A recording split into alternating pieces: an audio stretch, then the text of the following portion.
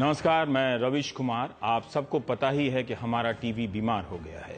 पूरी दुनिया में टीवी को टीबी हो गया है। हम सब बीमार हैं। मैं किसी दूसरे को बीमार बताकर खुद को डॉक्टर नहीं कह रहा। बीमार मैं भी हूं। पहले हम बीमार हुए, अब आप हो रहे हैं। आप में से कोई ना कोई रोज हमें मारने, पीटने और जिंदा जला देने का पत्र लिखता रहता है। उसके भीतर का जहर कहीं हमारे भीतर से तो नहीं पहुंच रहा है। मैं कोई डॉक्टर नहीं हूं। मेरा टीवी भी बीमार है। डिबेट के नाम पर हर दिन का यह शोर शराबा आपकी आंखों में उजाला लाता है या अंधेरा कर देता है। शायद आप इस पर सोचते ही होंगे।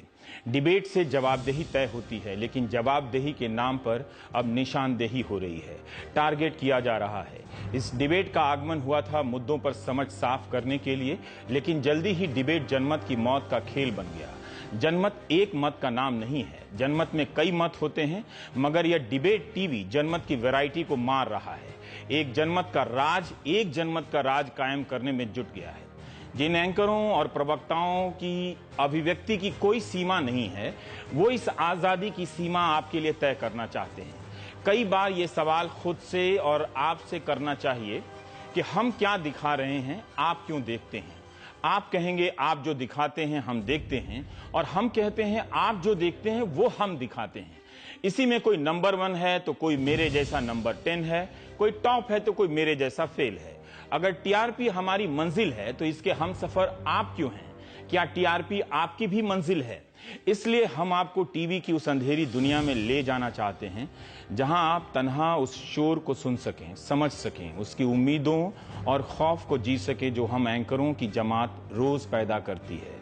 आप इस चीख को पहचानिए, इस चिल्लाहट को समझिए। इसलिए मैं आपको अंधेरे में ले जा रहा हूं। कोई तकनीकी खराबी नहीं है, आपका सिग्नल बिल्कुल ठीक है। ये अंधेरा ही आज के टीवी की तस्वीर है। हमने जानबूझकर ये अंधेरा किया है। समझिए, आपके ड्राइंग रूम की बत्ती बुझा दी गई है और मैं अंधेरे के उस एकांत में सिर्फ आपसे बात कर रहा हूँ। मुझे पता है आज के बाद भी मैं वही करूँगा जो कर रहा हूँ। कुछ नहीं बदलेगा, ना मैं बदल सकता हूँ। मैं यानी हम एंकर, तमाम एंकरों में एक मैं। हम एंकर चिल्लाने लगे हैं, धमकाने लगे हैं। जब हम बोलते हैं तो हमारी नसों में खून दौड़ने लगता है। हमें देखते देखते आपकी रगों का खून गर्म होने लगता है। धारणाओं के बीच जंग है, सूचनाएं कहीं नहीं हैं भी तो बहुत कम। हमारा काम तरह तरह से सोचने में आपकी मदद करना है। जो सत्ता में है उससे सबसे अधिक सख्त सवाल पूछना है। हमारा काम ललकारना नहीं है, फटकारना नहीं है, दुत्कारना नहीं है, उकसाना नहीं है, धमकाना नहीं है, पूछना है। अंत तक पूछना है। इस प्रक्रिया में हम कई बार गलतियां कर जाते हैं, आप माफ भी कर देते हैं। लेकिन कई बार ऐसा लगता है कि हम गलतियां नहीं कर रहे हैं, जानबूझकर ऐसा कर रहे हैं। इसलिए हम आपको इस अंधेरी दुनिया में ले आए। आप हमारी आवाज को सुनिए, हमारे पूछने के तरीकों में फर्क कीजिए। परेशान और हताश कौन नहीं है? सबके भीतर की हताशा को हम हवा देने लगें तो आपके भीतर भी गर्म आंधी चलने लगेगी, जो एक दिन आपको भी जला देगी। जेएनयू की घटना को जिस तरह से टीवी चैनलों में कवर किया गया है, उसे आप अपने अपने दल की पसंद के हिसाब से मत देखिएगा। उसे आप समाज और संतुलित समझ की प्रक्रिया के हिसाब से देखिए।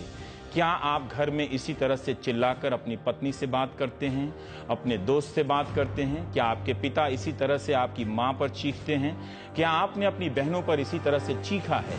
ऐसा क्यों है कि एंकरों का चीखना बिल्कुल ऐसा ही लगता है? प्रवक्ता भी एंकरों की तरह धमका रहे हैं। सवाल कहीं और छूट जाता है, जवाब की परवाह किसी को नहीं होती। मारो मारो, पकड़ो पकड़ो की आवाज आने लगती है। 1-2 बार मैं भी गुस्साया हूँ, चीखा हूँ और चिल्लाया हूँ। रात भर नींद नहीं आई, तनाव से आंखें तनी रहीं। अक्सर सोचता हूं कि हमारी बिरादरी के लोग कैसे चीख लेते हैं, चिल्ला लेते हैं। अगर चीखने चिल्लाने से जवाबदेही तय होती तो रोज प्रधानमंत्री को चीखना चाहिए, रोज सेनाध्यक्ष को टीवी पर आकर चीखना चाहिए, हर किसी को हर किसी पर चीखना चाहिए। क्या टीवी को हम इतनी छूट देंगे कि वो हमें बताने की जगह धमकाने लगे? हम में से कुछ को छांट कर भीड़ बनाने लगे और इस भीड़ को ललकारने लगे कि जाओ उसे खींच कर लाओ और मार दो, वो गद्दार है, देशद्रोही है। एंकर क्या है? जो भीड़ को उकसाता हो, भीड़ बनाता हो, वो क्या है? पूरी दुनिया में चीखने वाले एंकरों की पूछ बढ़ती जा रही है। आपको लगता है कि आपके बदले चीख कर वो ठीक कर रहा है, दरअसल वो ठीक नहीं कर रहा है। कई प्रवक्ता गाली देते हैं, मार देने की बात कर रहे हैं, गोली मार देने की बात करते हैं। ये इसलिए करते हैं कि आप डर जाएं, आप बिना सवाल किए उनसे सहमत हो जाएं। हमारा टीवी अब आए दिन करने लगा है। एंकर रोज भाषण झाड़ रहे हैं, जैसे मैं आज झाड़ रहा हूं। वो देशभक्ति के प्रवक्ता हो गए हैं। हर बात को देशभक्ति और गद्दारी के चश्मे से देखा जा रहा है। सैनिकों की शहादत का राजनीतिक इस्तेमाल हो रहा है। उनके बलिदान के नाम पर किसी को भी गद्दार ठहराया जा रहा है। इसी देश में जंतर मंतर पर सैनिकों के कपड़े फाड़ दिए गए, उनके मेडल तक खींच लिए गए। उन सैनिकों में भी कोई युद्ध में घायल हुआ है, किसी ने अपने शरीर का हिस्सा गंवाया है। कौन जाता है उनके आंसू पोंछने? शहादत सर्वोच्च है, लेकिन क्या शहादत का राजनीतिक इस्तेमाल भी सर्वोच्च है? कश्मीर में रोजाना भारत विरोधी नारे लगते हैं। आज के इंडियन एक्सप्रेस में किसी पुलिस अधिकारी ने कहा है कि हम रोज गिरफ्तार करने लगे तो कितनों को गिरफ्तार करेंगे। बताना चाहिए कि कश्मीर में पिछले 1 साल में पीडीपी बीजेपी सरकार ने क्या कितनों को भारत विरोधी नारे लगाने वालों को गिरफ्तार किया है? उनकी संख्या क्या है? वहां तो आए दिन कोई पाकिस्तान के झंडे दिखा देता है, कोई आतंकवादी संगठन आईसिस के भी।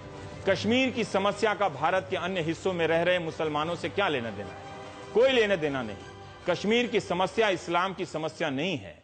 कश्मीर की समस्या की अपनी जटिलता है, उसे सरकारों पर छोड़ देना चाहिए। पीडीपी अफजल गुरु को शहीद मानती है। पीडीपी ने अभी तक नहीं कहा कि अफजल गुरु वही है जो बीजेपी कहती है, यानी आतंकवादी है। इसके बाद भी बीजेपी पीडीपी को अपनी सरकार का मुखिया चुनती है। यह भी दुखद है कि इस बेहतरीन राजनीतिक प्रयोग को जेएनयू में कुछ छात्रों को आतंकवादी बताने के नाम पर कमतर किया जा रहा है। बीजेपी ने कश्मीर में जो किया वो एक शानदार राजनीतिक प्रयोग है। इतिहास प्रधानमंत्री मोदी को इसके लिए अच्छी जगह देगा। हाँ, उसके लिए बीजेपी ने अपने राजनीतिक सिद्धांतों को कुछ समय के लिए छोड़ा, उसे लेकर सवाल होते रहेंगे। अफजल गुरु अगर जेएनयू में आतंकवादी है तो श्रीनगर में क्या है? इन सब जटिल मसलों को हम हाँ या ना की शक्ल में बहस करेंगे तो तर्कशील समाज नहीं रह जाएंगे, एक भीड़ बन जाएंगे। यह लोकतंत्र के लिए अच्छा नहीं है। बहरहाल, अब जब चैनलों की दुनिया में हर नियम धाराशाही हो गए हैं, पहले हमें सिखाया गया था कि जो भड़काने की बात करे, उकसाने की बात करे, सामाजिक द्वेष फैलाने की बात करे, उसके बयान न दिखाना है, उसका बयान न दिखाना है, न छापना है। अब क्या करेंगे जब एंकर ही इस तरह की बात कर रहे हैं, प्रवक्ताओं को कुछ भी बोलने की छूट दे रहे हों?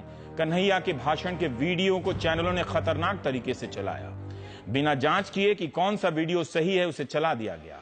अब टीवी टुडे और एबीपी चैनल ने बताया है कि वीडियो फर्जी हैं।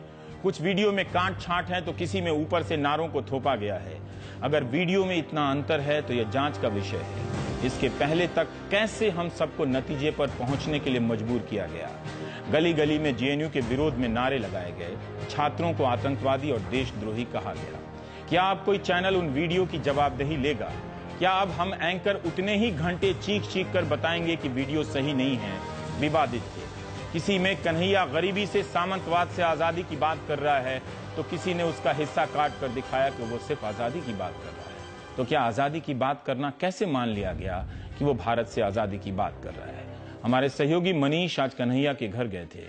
इतना गरीब परिवार है कि उनके पास पहुंचे तमाम पत्रकारों को चाय पिलाने की हैसियत नहीं।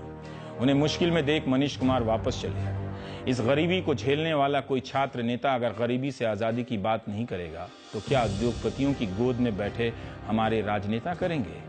कन्हैया कुमार की तस्वीरों को बदल बदल कर चलाया गया ताकि लोग उसे एक आतंकवादी और गद्दार के रूप में देख सकें। एक तस्वीर में वो भाषण दे रहा है तो उसी तस्वीर में पीछे भारत का कटा छटा झंडा जोड़ दिया गया, फोटोशॉप नक्शा जोड़ दिया गया। फोटोशॉप तकनीक से आजकल खूब हो रहा है। यह कितना खतरनाक है। सोशल मीडिया पर कौन लोग समूह बनाकर इसे हवा दे रहे हैं? कौन लोग सबूत और गवाही से पहले उमर खालिद को आतंकवादी गद्दार बताने लगे हैं? उसे भी भागना नहीं चाहिए था, सामने आकर बताना चाहिए था कि उनसे क्या भाषण दिया और क्यों दिया। कन्हैया और खालिद में यही अंतर है, पर शायद जिस तरह से भीड़ कन्हैया के प्रति उदार है, खालिद को यह छूट नहीं मिलती है। अब अगर उसका वीडियो फर्जी निकल गया तो क्या होगा? क्या वीडियो के सत्यापन का इंतजार नहीं किया जाना चाहिए? इसलिए हमने आज इस स्क्रीन को काला कर दिया है।